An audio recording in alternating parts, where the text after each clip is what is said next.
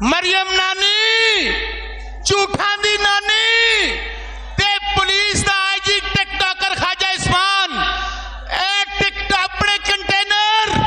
अपने कंटेनर रस्तियां चू हटा लवो।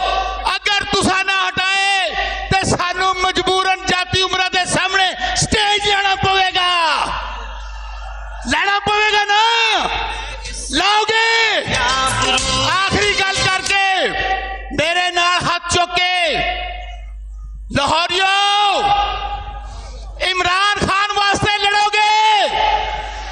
हाथ आवाज बुलंद करके लाहौरियो, पंजाब वालियो, बलूचिस्तान वालियो, केपी वालियो, इमरान खान वास्ते लड़ोगे? मरोगे? तेरा यार मेरा यार, तेरा यार मेरा यार।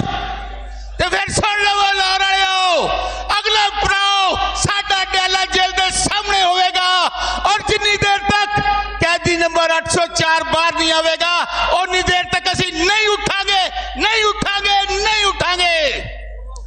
तेरा यार मेरा यार। बहुत बहुत शुक्रिया। और ये देखिए सरताज गुल वजीर, माशाल्लाह डीजी खान से माशाल्लाह सरताज गुल, खुशामदीद। और इमरान खान की टाइगरेस है, पर पुरजोर तालियां सरताज गुल वजीर साहिबा के लिए।